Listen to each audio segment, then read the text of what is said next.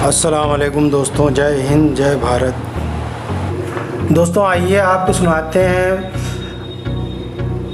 अंतिम मुग़ल सम्राट बहादुर शाह ज़फ़र की कहानी, जिन्होंने प्रथम स्वतंत्रता संग्राम में भारत के वीरों का नेतृत्व किया। बहादुर शाह ज़फ़र का जन्म 1775 ईस्वी में हुआ और उनकी मृत्यु 1862 ईस्वी में हुई। कहानी को आगे बढ़ाने से पहले आप मेरा चैनल सब्सक्राइब कर दें, लाइक कमेंट कर दें और कमेंट बॉक्स में अपनी राय ज़रूर दें। बहादुर शाह ज़फ़र भारत में मुग़ल साम्राज्य के आखिरी शहंशाह और उर्दू के जाने माने शायर थे। उन्होंने 1857 का प्रथम भारतीय स्वतंत्रता संग्राम में भारतीय सिपाहियों का नेतृत्व किया। युद्ध में हार के बाद अंग्रेज़ों ने उन्हें बर्मा, जो अब म्यांमार है, में भेज दिया, जहां उनकी मृत्यु हुई। जब मेजर हडसन मुग़ल सम्राट को गिरफ्तार करने के लिए हुमायूं के मकबरे में पहुंचा, जहां पर बहादुर शाह ज़फ़र अपने दो बेटों के साथ थे, तो उसने मेजर हडसन की स्वयं उर्दू का थोड़ा ज्ञान रखता था। उसने कहा, दमदमे में दम नहीं है, खैर मांगो जान की, ऐ ज़फ़र ठंडी हुई अब तेग हिंदुस्तान की। इस पर ज़फ़र ने उत्तर दिया, गाजियों में बू रहेगी जब तलक ईमान की, तख्त ए लंदन तक चलेगी तेग हिंदुस्तान की। बहादुर शाह ज़फ़र का जन्म 24 अक्टूबर 1775 में हुआ था। उनके पिता अकबर शाह द्वितीय और माँ लाल बाई थीं।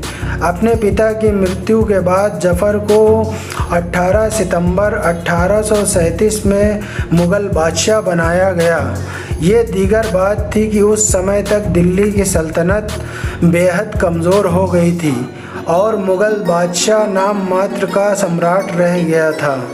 भारत के प्रथम स्वतंत्रता संग्राम में महत्वपूर्ण भूमिका निभाने की ज़फ़र को भारी कीमत भी चुकानी पड़ी थी। उनके पुत्रों और प्रपौत्रों को ब्रिटिश अधिकारियों ने सरेआम गोलियों से भून डाला। यही नहीं, उन्हें बंदी बनाकर रंगून ले जाया गया, जहां उन्होंने 7 नवंबर 1862 में एक बंदी के रूप में दम तोड़ा। उन्हें रंगून में श्वेडा गोन पैगोडा के नज़दीक दफनाया गया। उनके दफन स्थल को अब बहादुर शाह ज़फ़र दरगाह के नाम से जाना जाता है। आज भी कोई देश प्रेमी व्यक्ति जब तत्कालीन बर्मा, म्यांमार की यात्रा करता है, तो वो ज़फ़र की मज़ार पर जाकर उन्हें श्रद्धांजलि देना नहीं भूलता। लोगों के दिल में उनके लिए कितना सम्मान था, उसका अंदाज़ा इसी बात से लगाया जा सकता है कि हिंदुस्तान में जहाँ कई जगह सड़कों का नाम उनके नाम पर रखा गया है, वहीं पाकिस्तान के लाहौर शहर में भी उनके नाम पर एक सड़क का नाम रखा गया है। बांग्लादेश के ओल्ड ढाका शहर स्थित विक्टोरिया पार्क का नाम बदलकर बहादुर शाह ज़फ़र पार्क कर दिया गया है। 1857 में जब हिंदुस्तान के आज़ादी की चिंगारी भड़की, तो सभी विद्रोही सैनिकों और राजा महाराजाओं ने उन्हें हिंदुस्तान का सम्राट माना और उनके नेतृत्व में अंग्रेज़ों की ईंट से ईंट बजा दी।